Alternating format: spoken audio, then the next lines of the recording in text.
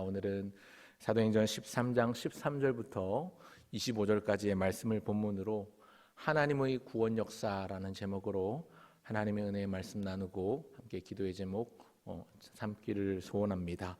하나님의 구원 역사입니다. 사도 바울 일행이 비시디아 안디옥에 도착합니다. 어제도 담임 목사님께서 말씀하셨지만 사도행전을 크게 전반부와 후반부로 구분해 본다면 아마 이 13장부터는 후반부에 해당하지 않을까 생각을 해볼 수 있습니다.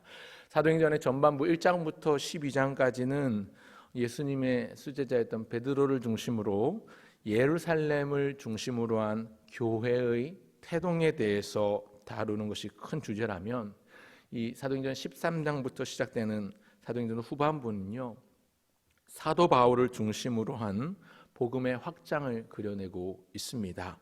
사도행전 전체를 성령 하나님께서 일하시는 성령의 행전이다. 그래서 사도행전의 별명이 성령행전이라는 별명이 붙어 있기도 한데요.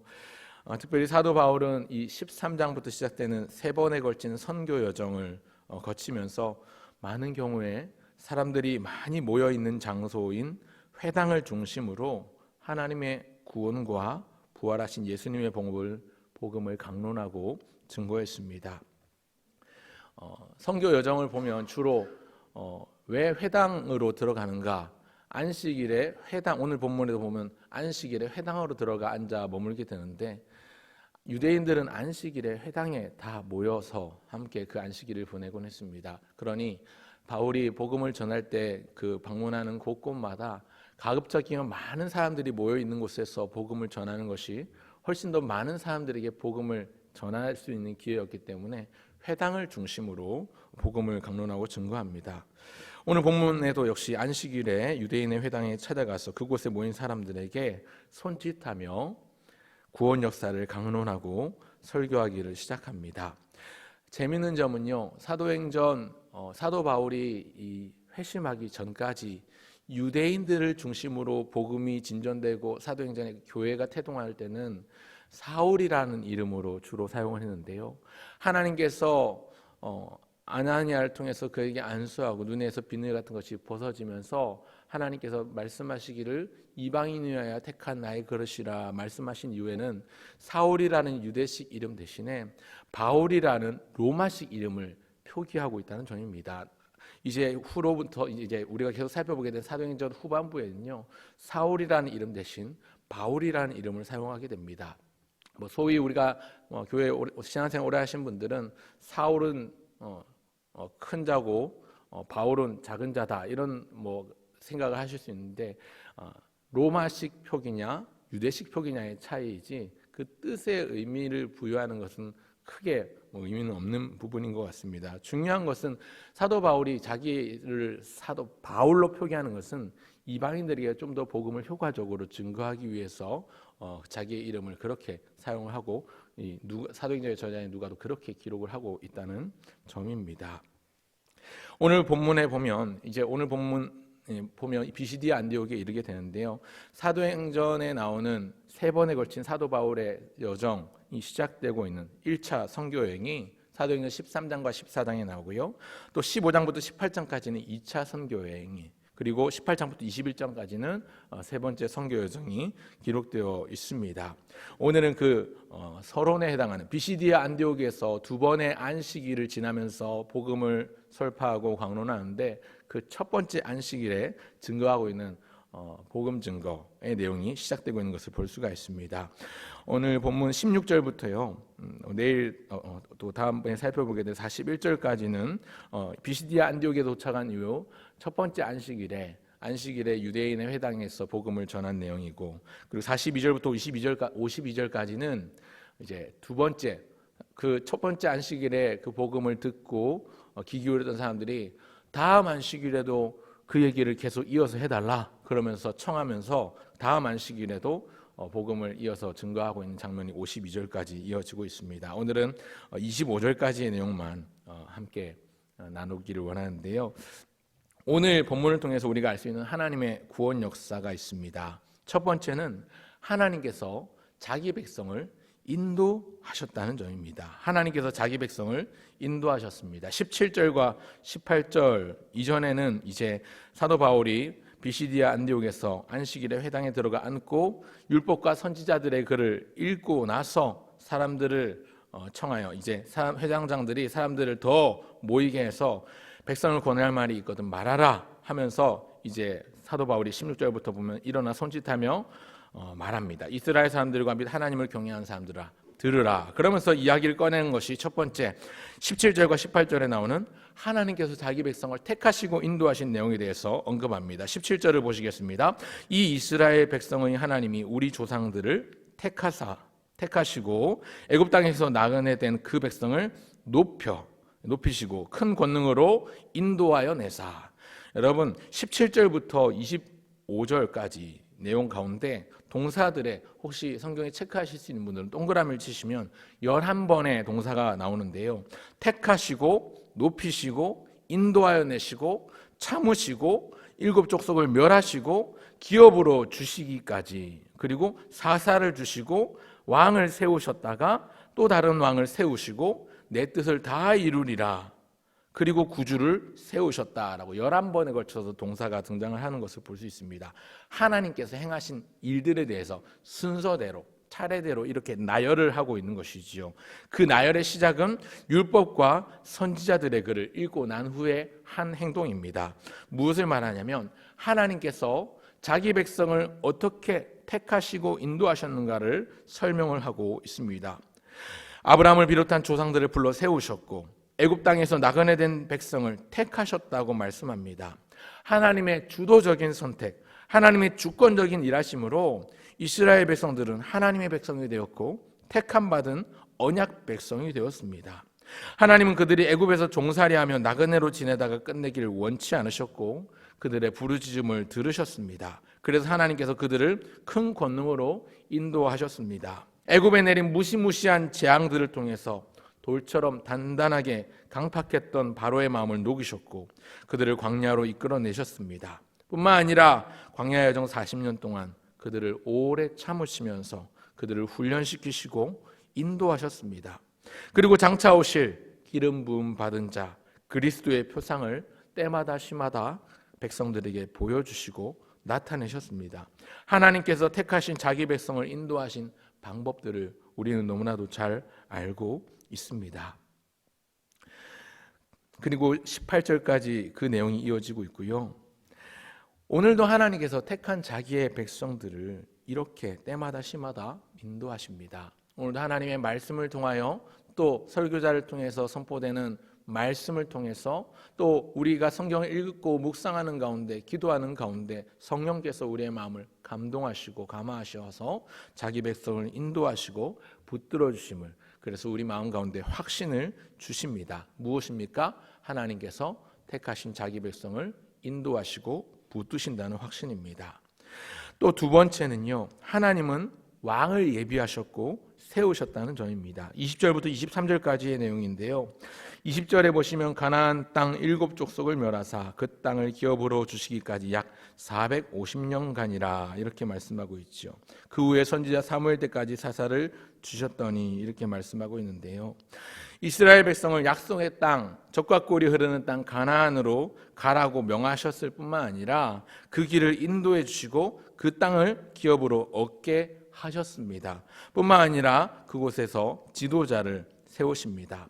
여호수아를 통한 정복 전쟁 10년을 통해서 이스라엘 땅, 이스라엘 이 나라를 형성하게 하셨고 땅을 기업으로 얻게 하셨고 사사를 주셔서 통치하게 하셨다가 사무엘 때까지는 사사들이 그 지도자로 세워졌다가 그 후에 백성들이 구하고 원했던 대로 왕을 허락해 주십니다. 첫 왕으로 사울이 40년을 통치하며 세워졌지만 하나님께 그가 온전히 순종하지 않아서 그를 폐하시고 이어서 다윗을 왕으로 세우십니다. 한 가지 의문이 생기는 분이 계실 것 같습니다. 성경을 많이 또 자주 읽으시는 분들은 19절에 나오는 450년간이라는 말은 조금 다른 것 같다 이 생각을 하실 수 있습니다. 이스라엘 백성들이 애굽에서 노예로 종살이하던 기간은 430년인데 왜 450년이라고 말하고 있는가? 혹은 광야의 여정 정복 기간까지 하면 480년인데 왜 450년이라고 말하는가 하는 분들이 의문을 가지신 분들이 혹 계실지 모르겠는데요. 관련 주석을 조금 더 살펴보면요. 우리가 잘 알고 있는 야곱의 아들 요셉이 애굽의 총리 대신으로 등극하면서 애굽을 통치했던 기간 30년을 뺀 나머지 애굽에서의 기간이 400년입니다. 그리고 400년에다가 이제 광야 여정 40년을 더하면 440년이 되겠죠.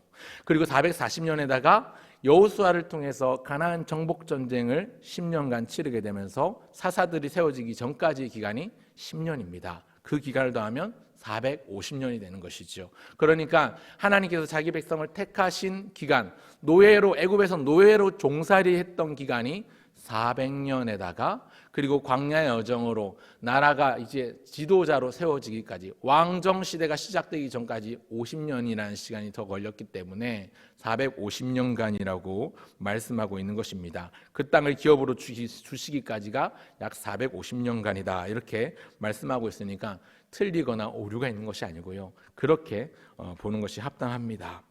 어쨌거나 중요한 것은 하나님은 자기 왕을 예비하셨고 세우셨습니다.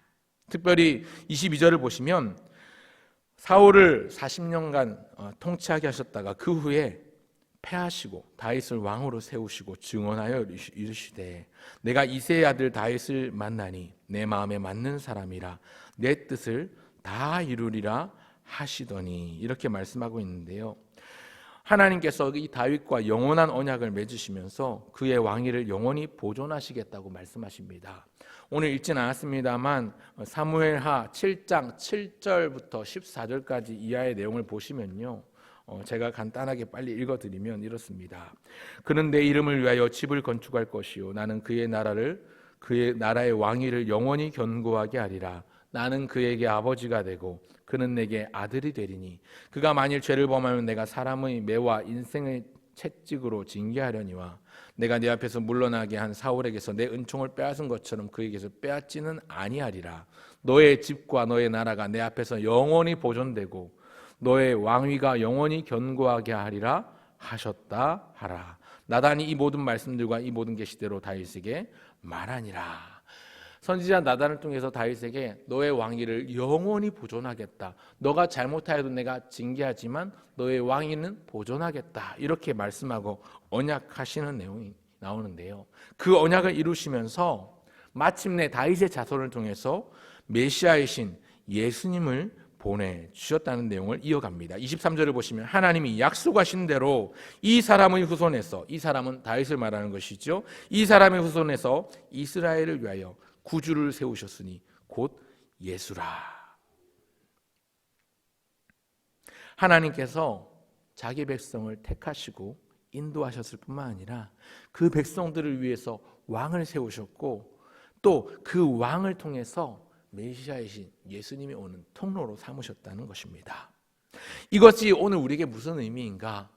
오늘 우리의 구주, 우리 죄의 문제를 해결하실 수 있는 예수님이 이렇게 하나님께서 보내신 작정과 섭리하신 가운데 하나님의 구원 역사 가운데 이렇게 오셨다는 사실입니다. 그래서 세 번째 참 구주를 준비시키시며 보내주신 것이 하나님의 구원 역사의 절정으로 하고 있는 것을 볼 수 있습니다. 그 내용이 24절과 25절인데요. 하나님께서는 약속하신 대로 다윗의 후손 가운데 구주 곧 영원한 왕이신 기름 부음 받은 자 그리스도 예수님을 세우셨습니다. 비록 이스라엘은 역사 가운데 불순종해서 포로로 끌려가는 역사가 있기도 했지만 그의 왕위를 지키신다는 하나님의 약속은 여전히 변함없이 유효했습니다. 그리고 하나님께서 그 약속을 지키시고 이루십니다.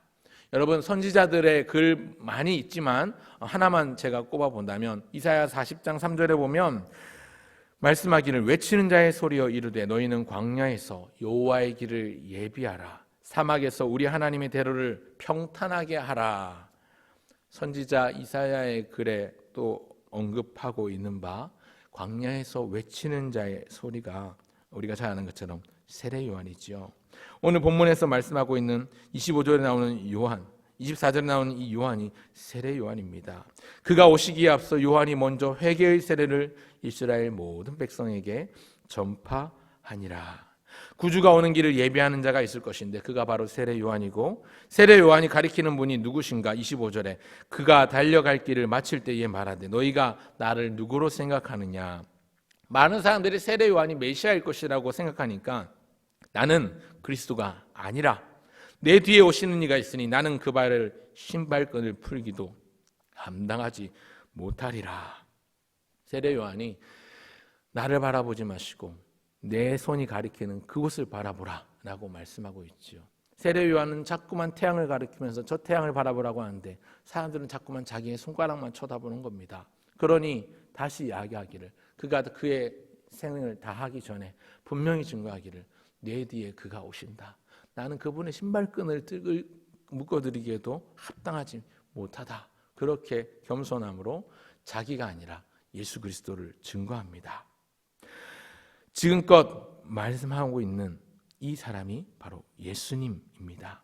사도 바울이 전하고자 했던 핵심이자 지금 소개하고 있는 분, 율법과 선지자들의 글을 읽고 나서 기승전 결론이 예수 그리스도, 기승전 결론이, 서론본론 결론이 그리스도이신 예수님이라는 점입니다. 예수님께서 영원한 왕으로 자기 백성을 인도하시고 이끌어주시고 통치하신다는 점을 오늘 하나님의 구원 역사를 그렇게 열어가면서 말씀하고 있습니다. 예수님이 하나님께서 세우신 참 구주이심을 드러내고 밝히고 있습니다. 다른 사람이 아니라 사도 바울은 자기를 드러내거나 혹은 율법과 선지자들의 글만을 나타낸 것이 아니라 그 글 가운데 최종적으로 지칭하고 있는 바 결론은 예수 그리스도, 오직 예수님이라는 점을 강조하고 있습니다. 우리가 예수님을 믿을 때 하나님이 약속하신 복을 누릴 수 있습니다. 성경이 전하는 바 예수님을 하나님이 세우신 구주로, 영원한 왕으로 믿고 확신하는 믿음이 우리 가운데 공고히 또 견고하게 붙잡는 소망이 되면 좋겠습니다. 특별히 우리 5월 29일에는 부평가족 총동원주의를 우리가 준비하고 있는데요. 다른 무엇을 내세우고 자랑하기보다 이 예수님을 소개하고 예수님을 전하기 위해서 우리가 먼저 예수님으로 가득 채워주면 좋겠습니다.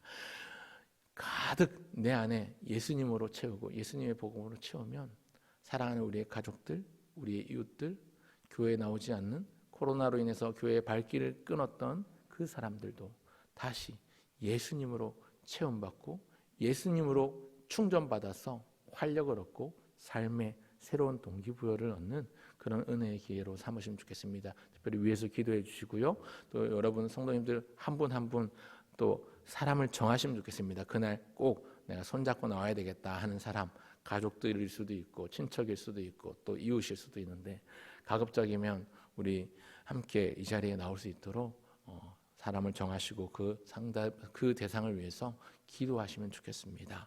사도 바울이 예수님을 만나고 회심을 경험하면서 예수님으로 가득 채워졌던 것처럼, 그래서 그는 내세울 만한, 자랑할 만한 많은 것들이 있었지만 그 많은 자랑과 그 내세울 만한 것들을 붙잡지 않고 오직 자신 안에 채워진 그 예수 그리스도로 말하고 예수 그리스도만 증거했던 것처럼 우리도 다른 무엇을 자랑하거나 다른 무엇을 내세우기보다 예수님으로 채워져서 예수님으로 충만해져서 예수님을 전하고 예수님을 증거하는 사람이 되면 좋겠습니다.